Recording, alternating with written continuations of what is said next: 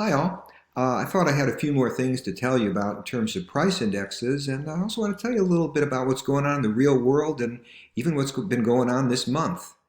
What we're going to look at today is another example of a price index, something you might have heard of before called the Dow Jones Industrial Average. Now, they started with a base year of 1947 to 49. What they did, a company called Dow Jones, was they took 30 what they called blue chip, that meant really good companies. For example, today, Apple, Disney, Microsoft, Nike, Verizon. When they started out, other companies were big, and those are the stocks that they looked at. Now, let's see. Do you remember from the last video? What was the value of the Dow Jones Industrial Average in 47-49? That was the base year. Do you remember? What's the value of any kind of price index? The Dow Jones Industrial Average is a price index. What's the value in the base year? Hope you said 100 because that's the right answer. Okay, so before we were looking at the Consumer Price Index.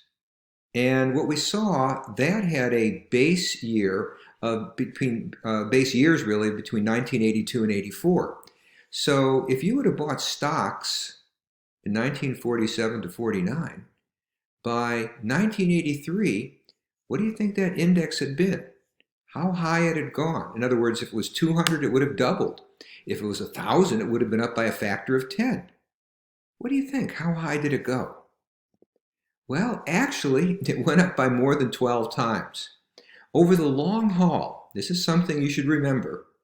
Remember this now, use this for your investment, write me a letter thanking me 20 years from now. But over the long haul, stocks are really a great investment. Now, between 1983 and earlier this month, what do you think happened to this index, this measure of a group of stocks? Well, if we look at this, what do you think? How much did it go up? Remember, in our last video, we found out that prices increased by about 2.5 times between 1983, 82, 84, till the current time. So if prices went up by 2.5, how much do you think stocks went up by? 2.5 times? 5 times? What do you think? The answer was over 20 times. As I said, over the long haul, stocks are a really good investment. But I'm also going to teach you something else that's really important. It's the idea of what's called the risk return idea. In other words, you can get on average a higher return doing better with your money if you're willing to take some risk. The problem is you got to be willing to take that risk. As you've noticed, a lot of firms now have to close. Firms are finding that people aren't buying their product. People don't have any money. If you're working as an Uber driver, nobody's calling you. So between March 4th and March 23rd, what happened to the Dow Jones Industrial Average? Uh-oh, it lost almost a third of its value. On average, you're going to do really well over the long run with stocks, but you can see you got to have a pretty strong stomach sometimes. By the way, people often ask me, they say, oh my gosh, the stock market went down. Should I sell? And I say, remember, buy low, sell high. When the stock market falls, that's not the time you want to be selling. It takes a strong stomach, but you got to be willing to do that. Anyway, I chose a day that was a few days ago. Since that time, the Dow is back around 21,000. By the time you view it, who knows where the Dow is going to be. But over the long haul, it's a pretty good investment. Another price index, this one has a base of November 2009, is the Producer Price Index. This is what firms pay for their inputs. When the Producer Price Index jumps, firms, guess what, will generally pass it on to you, the consumer. So what we see is that should have been 2020, sorry about that, I made a typo. Between February 2019 and February 2020, you'll forgive me, I can't erase my PowerPoints on the fly, and I don't have the time to go back and remake it. It went up by about 1.5 points. That turns out to be about 1.4, 1.3%. That's not very much. Point. If producers, in other words firms, find out that the price they pay for their materials isn't going up very much, they're probably not going to have to raise their prices to you. My best guess is we'll see very little price increase going forward, and especially since we've had the COVID problems, we might even see prices decline. Now, even though it turns out that price indexes are really good, I just want to point out there are really three reasons why periodically we have to update the goods that we put in a price index. That should really say a price index, not just producer price index. Okay, I'm not good at copying and pasting. Forgive your professor. It was before dinner time when I made this. I was getting hungry. I was getting hangry. Okay, anyway. One of the reasons that we have to update the goods is new products become available.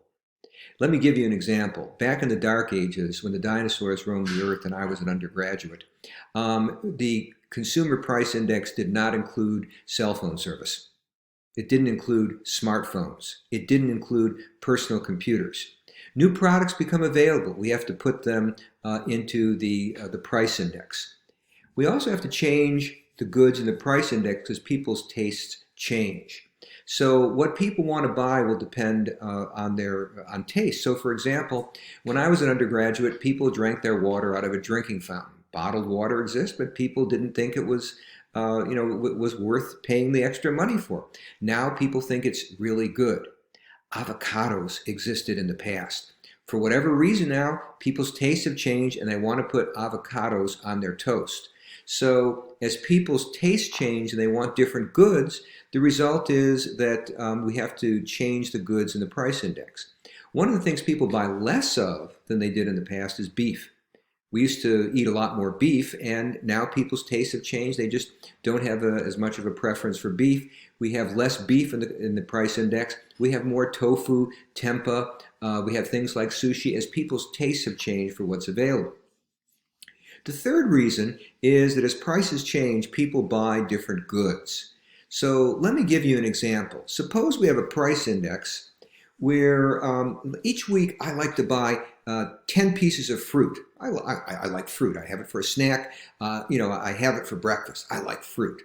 Okay, so suppose apples cost $1, oranges cost $1. I'll buy 5 of each. 10 pieces of fruit, that's what I buy. I like apples. I like oranges. I like them about the same.